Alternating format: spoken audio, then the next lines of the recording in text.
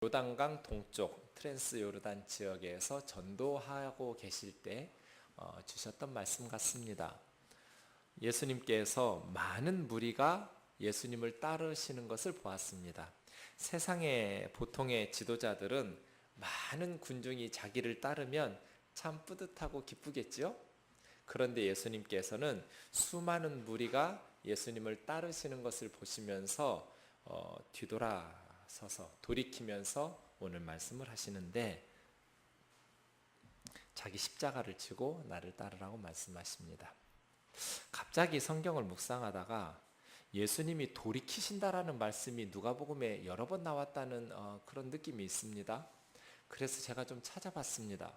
누가복음 안에 유독 예수님께서 돌이키셔서 말씀하시는 부분들이 여러 차례 나온 것 같은데 하고 뒤져봤더니 7번 나옵니다. 오늘 본문을 포함해서. 우선 7장 9절에 보면 백부장이 자기 집에 오셔서 고쳐주시겠다고 말씀하시는 예수님에게, 이 사람 유대인도 아닙니다. 로마 사람 이방인입니다. 그런데 예수님을 향해서 우리 집에 오지 마시라고, 그냥 말씀만 하시라고, 나도 남의 수하에 있고 내 밑에도 종들 많은데 이렇게 하라고 그러면 이렇게 하고 저렇게 하면 저렇게 한다고. 그러면서 백부장이 말씀만 하시면, 내 집에 오시는 것 제가 감당하지 못하니까 예수님 말씀만 하시면 내 종이 죽을 병에서 나을 것을 나는 믿는다고. 그 말씀을 들으시면서 돌이키셔서 말씀하셨어요. 내가 어디서도 이만한 믿음을 만나보지 못했다. 돌이키셔서 말씀하실 때마다 매우 중요한 메시지들이 나온다라는 것. 예수님의 모든 말씀이 다 소홀히 여길 수 없는 중요한 말씀이지만, 특별히 예수님께서 매우 강조하고 싶은 메시지를 전할 때 누가는 돌이켜서 말씀하셨다라는 것을 이렇게 짐작할 수 있습니다. 또 9장 55절에서 보시면 이제 예수님께서 예루살렘을 향해서 걸어가시는데, 여행을 하는데 어떤 사마리아 마을에서 예수님의 무리들이 유대인이니까 자기네 마을로 들어오지 못하도록 막습니다. 그랬더니 예수님의 제자들 중에 요한과 야고보가, 보아너게 우레의 아들이라는 별명을 가지고 있었던 이 두 제자가, 예수님, 하늘에서 불이 내려서 우리 통과 못하게 하는 저 마을 다 불질러 버릴까요? 그때 예수님께서 돌이키셔서 꾸짖으셨죠. 그런 일은 있을 수가 없다고. 정신 좀 차리라고.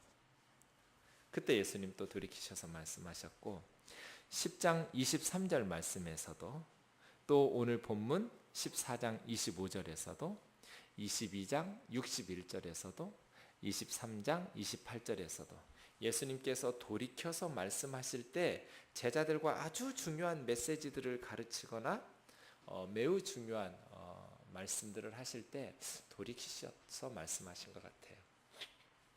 많은 무리들이 따라요. 그런데 예수님께서 돌이키셨어요. 그리고 매우 중요한 말씀을 하셨어요. 무릇 내게 오는 자가 7가지예요. 원문에 보면 부, 아버지, 모, 어머니, 아내, 그 다음 자녀들, 처자죠. 그 다음 형제들, 자매들, 그리고 생명. 7가지죠. 아버지와 어머니, 아내와 자녀들, 형제들과 자매들, 생명. 이 7가지는 우리가 살면서 가장 사랑하는 것들이에요. 그렇잖아요? 세상에서 가장 소중하고 가장 다른 건 몰라도 이 7가지는 사랑한단 말이에요. 우리가 세상에서 가장 큰 사랑이라고 말할 수 있죠. 아버지와 어머니, 아내, 아이들, 자녀들, 형들, 동생들, 또 누나들, 여동생들, 그다음 자기 생명. 세상에서 이보다 더 소중하고 더 우리가 사랑할 대상이 어디 있겠어요? 세상에서 가장 큰 사랑. 그런데 예수님은 미워하지 않으면 미워해야 된다고 말씀하셔요. 누가복음 6장 27절 말씀에서 예수님께서는 원수까지 사랑하라고 말씀하셨거든요. 너희에게 힘들게 하는 악인에게 선대해야 된다. 원수까지 사랑해야 된다고 말씀하셨는데 여기서는 지금 미워한다. 이 미워한다라는 단어가 매우 강한 어조의 단어입니다. 그냥 미워하는 것이 아니라 혐오한다는 뜻입니다. 매우 미워하는 거예요. 심히 증오하는 것이죠. 그런데 이 7가지 중에 우리가 증오해서는 안 될 거예요. 증오해도 될 만한 건 하나도 없어요. 그렇잖아요? 그러니까 여기서 미워한다라는 말은 다른 의미를 가지고 있겠죠? 원수까지 사랑하라고 말씀하신 예수님께서 반드시 사랑해야 될, 우리가 가장 사랑하고 소중히 여겨야 될 이 7가지 대상을 향해서 미워해야 된다라고 말씀하신 것은 또 다른 의미겠죠. 그 의미는 마태복음 10장 37절에서 찾아볼 수 있습니다. 우리 한번 같이 볼까요? 마태복음 10장 37절 말씀, 병행 본문인데요. 대상이 7가지에서 4가지로 줄어들지만 마태복음 10장 37절 말씀 같이 읽어볼까요? 시작. 아버지나 어머니를 나보다 더 사랑하는 자는 내게 합당하지 아니하고 아들이나 딸을 나보다 더 사랑하는 자도 내게 합당하지 아니하며 또 자기 십자가를 지고 나를 따르지 않는 자도 내게 합당하지 아니하니라. 여기서는 누가복음에서는 미워하지 아니하면 내 제자가 될 수 없다고 말씀하셨는데 마태복음 10장에서는 더 사랑하는 자는 내게 합당하지 않다. 더 사랑하는 자, 아버지와 어머니, 아들과 딸을 더 사랑하는 것은 내 제자답지 못하다. 이렇게 말씀하신 거죠. 그러니까 오늘 본문에서 이 7가지 아버지와 어머니, 아내와 자녀들, 또 형제들과 자매들, 그리고 자기 생명을 미워하지 않으면, 이 말은 이것들을 예수님보다 더 사랑하면 그런 뜻이겠죠. 그러니까 무슨 의미냐면 예수님을 너무 사랑하기 때문에, 예수님에 대한 사랑이 너무 크기 때문에 그 예수님에 대한 사랑에 비교해 보면 아버지와 어머니 그리고 이 7가지 대상들을 향한 사랑은 미워하는 것처럼 여겨지는 거예요. 사랑하는 것으로 여겨지지도 않는 것이죠. 북한의 꽃제비라고 불리는 아이들이 있어요. 거리의 아이들이죠. 부모가 없는 아이들, 굶어 죽지요. 잡아다가 노예가 되거나 성매매에 팔리기도 합니다. 그 꽃제비의 대부분은 크리스찬의 자녀들입니다. 자, 믿음이 없는 아이들이 자기 엄마 아빠가 어느 날 잡혀갔어요. 순교를 당하기도 하고 정치범 교도소에 갇히기도 하고 자기들만 남았어요. 너무나 암담하겠죠. 어떻게 살아갈지 가슴이 쿵쾅거리겠죠. 그랬더니 이웃의 못된 사람들이 왕따를 시키면서 완전히 손가락질하면서 그 사회에서 살지 못하게 해요. 굶어 죽어가면서 또 다른 사람들에게 학대를 받으면서 이 아이들이 자기 엄마 아빠에게 뭐라고 생각할까요?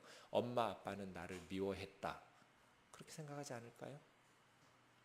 우리 엄마 아빠가 정말 나를 사랑하셨다면 그런 선택을 하실 수는 없다.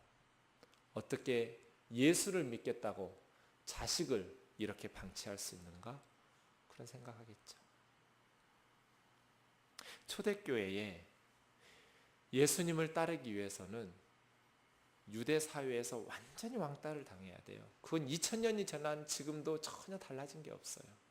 지금도 유대인들은 예수님을 믿는 메시아닉 주라고 부릅니다. 예수님을 믿는, 메시아를 믿는 유대인. 이 메시아닉 주들은 동족인 유대인들로부터 너무나 많은 박해를 받습니다. 집에 폭탄을 던지기도 하고요. 이 메시아닉 주들은 정기적으로 핸드폰을 바꾼다는 제가 얘기를 들었습니다. 위치 추적을 당하기 때문에 암살을 당하는 거예요.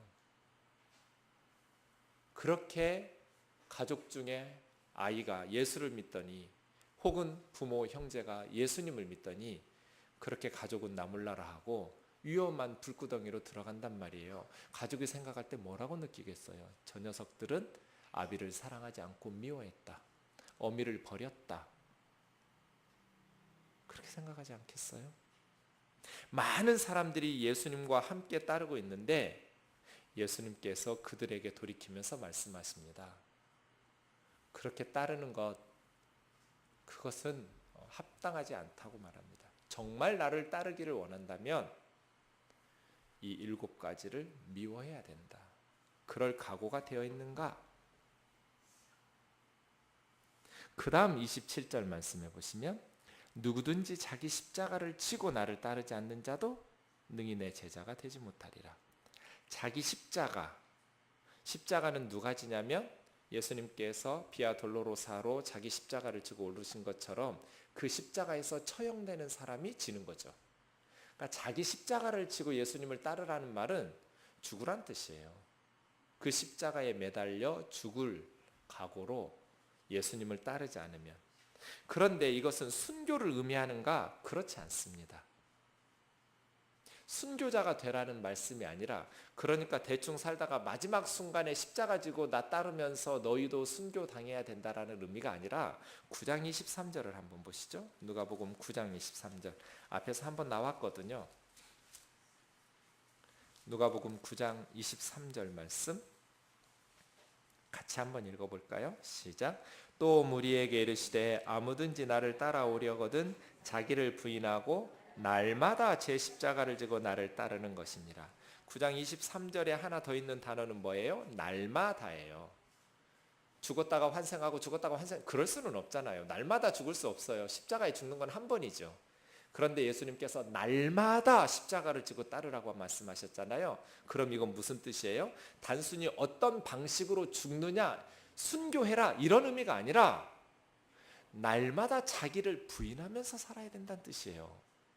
십자가에 죽는 심정으로 자기를 부정하면서 예수님의 뒤를 따라야 된다는 것이죠. 이기심을 버려야 된다는 뜻입니다.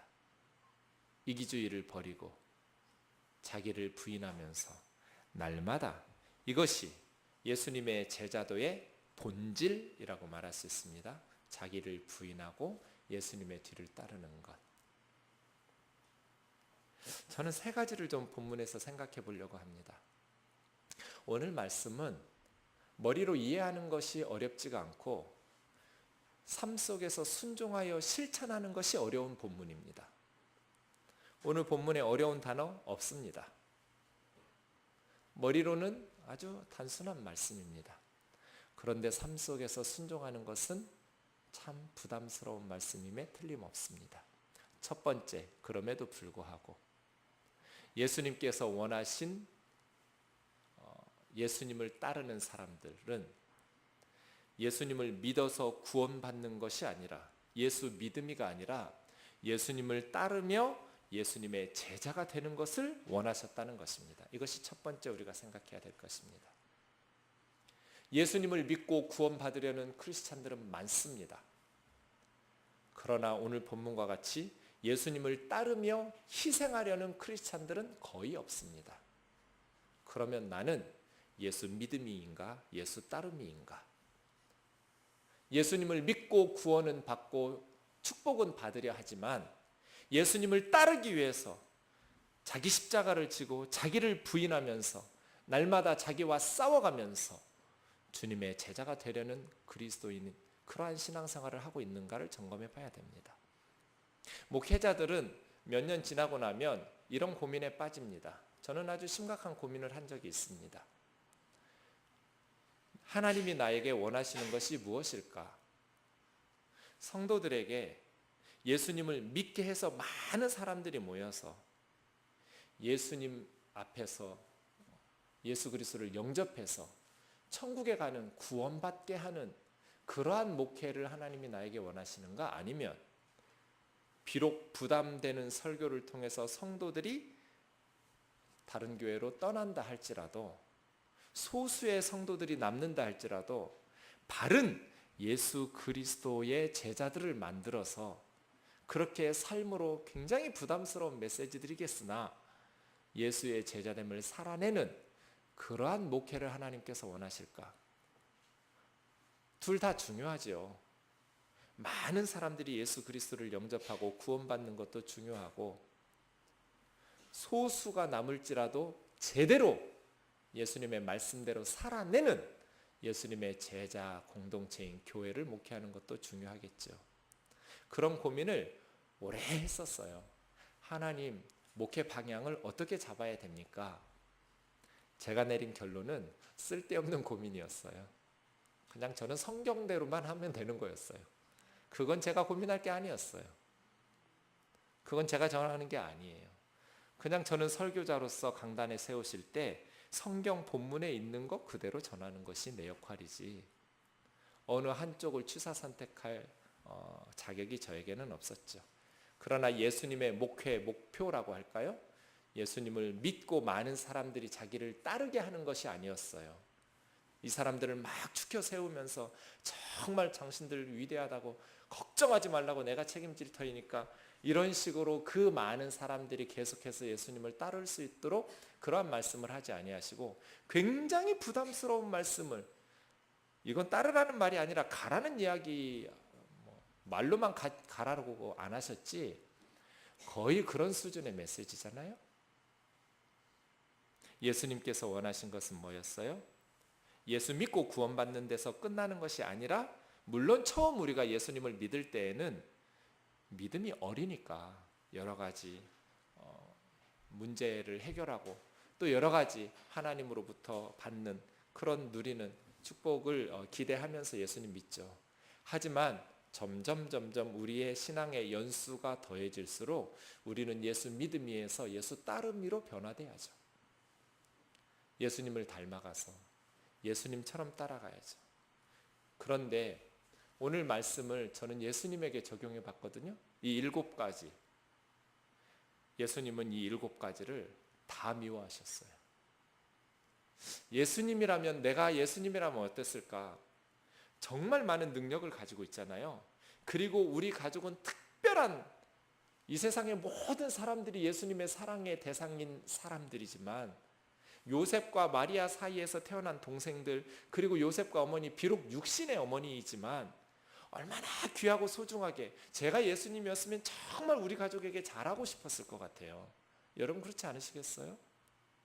내 동생들한테, 내 부모님들에게 정말 잘했을 것 같아요. 그런데 예수님께서는 공생애가 시작될 때 이미 아버지 요셉은 돌아가신 것 같아요. 그대로 한 번도 성경에 등장하지를 않아요. 어머니, 그러면 홀어머니예요. 동생들 다 버리고 떠났죠. 자기 생명 십자가에 바치고 우리를 위해서 십자가에서 죽임을 당하셨죠. 그러니까 예수님의 제자가 된다는 것은 예수님처럼 살아야 된다는 거잖아요. 그것은 하루아침에 되는 게 아니에요. 날마다예요. 날마다 십자가를 지고 조금씩 변화되면서 따르는 거죠. 사랑하는 형제 자매 여러분, 우리 뜨인돌교회가 예수 믿고 구원받으려는 예수 믿음으로 가득한 공동체가 아니라, 예수님을 믿고 구원받을 뿐 아니라 예수님을 따르며 예수 그리스도의 참 제자가 되는 그러한 성도들의 공동체가 되기를 주의 이름으로 축원합니다. 날마다 우리의 신앙이 성숙해지는 것이죠. 두 번째, 보통 이 말씀을 기억하다 보면 교회에 헌신하는 것으로 이렇게 오해하기가 쉽습니다. 부모, 처자, 형제, 자매 목숨을 미워해서 뭐 하라는가? 자기 십자가를 지는 것이 구체적으로 무엇인가? 교회에 전도하고 기도하고 헌신하고 봉사하고 헌금하고 이러한 것들이라고 생각하기가 쉽습니다. 그러나 그렇지 않습니다. 이 말씀은 성도 개개인이 제자됨도 필요하지만, 저는 그 제자들이 모인 교회 공동체도 이 말씀을 실천하는 제자가 공동체가 되어야 된다고 생각합니다. 세상 일에 심취하지 말고, 가족 일과 세상의 욕심을 추구하지 말고 하나님을 위해서 자기 십자가를 지고 따르라는 것은 교회에다가 그렇게 바치라는 뜻이 아니라, 교회 공동체도 이러한 25절에서부터 27절까지의 예수 제자됨으로서의 공동체, 제자됨을 실천할 수 있어야 된다는 거예요. 제가 교회에서 우리 집을 가다 보면 중간에 교회가 있는데요, 어느 순간 깨닫게 됐어요. 이 교회 주변에, 그 교회 주변에 건물들이 하나하나 교회 이름이 붙는 거예요. 그리고 생각했어요. 참 잘됐다.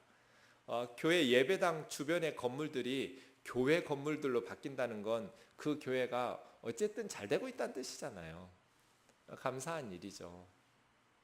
그런데 과연 저 모습이 하나님께서 기뻐하시는 자기를 부인하고 자기 십자가를 지는 공동체로서의 교회의 모습일까?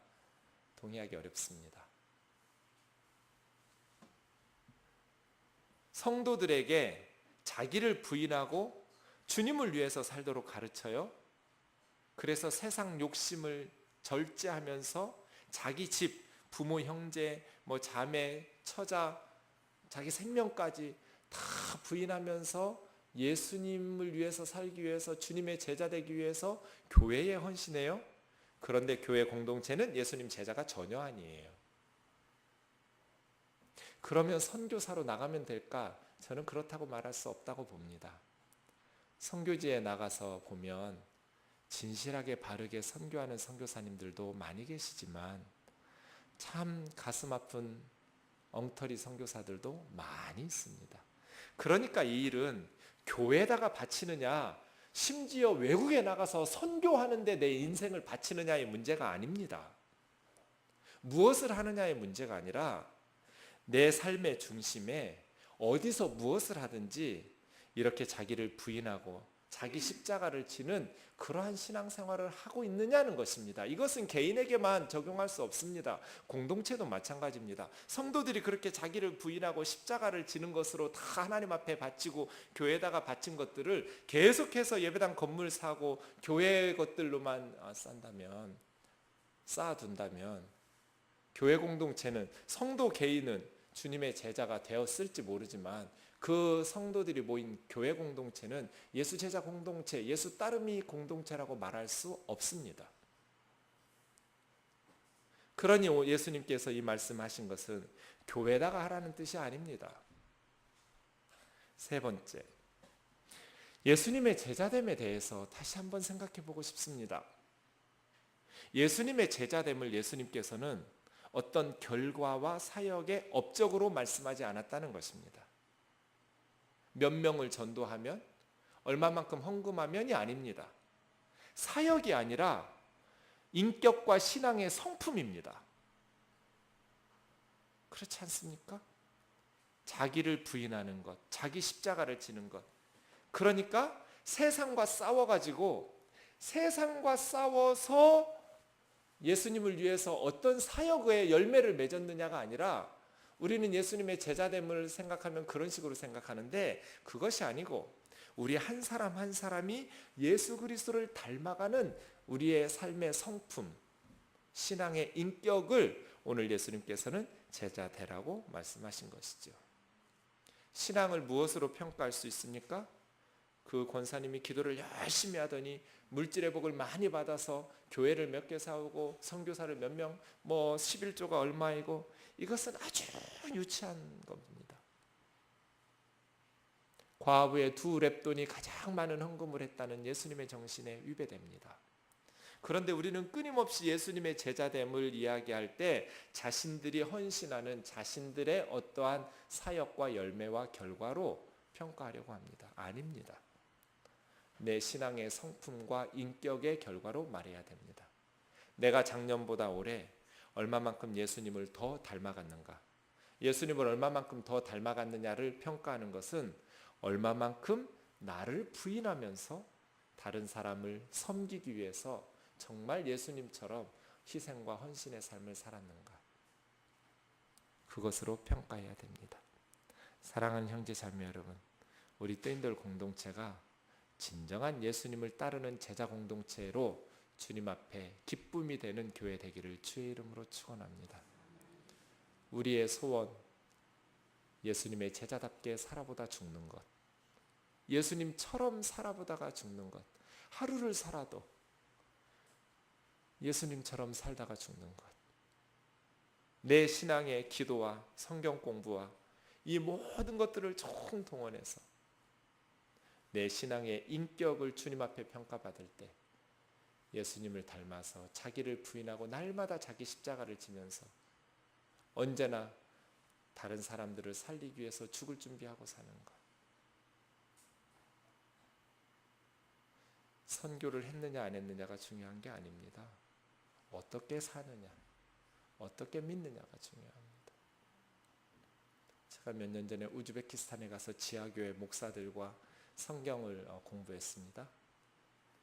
아침 10시부터 9시나 10시부터 원래는 오후 5시경까지 5일 동안 가르치는 프로그램이었는데 누가복음을 공부하면서 매일 새벽 2, 3시까지 갔습니다.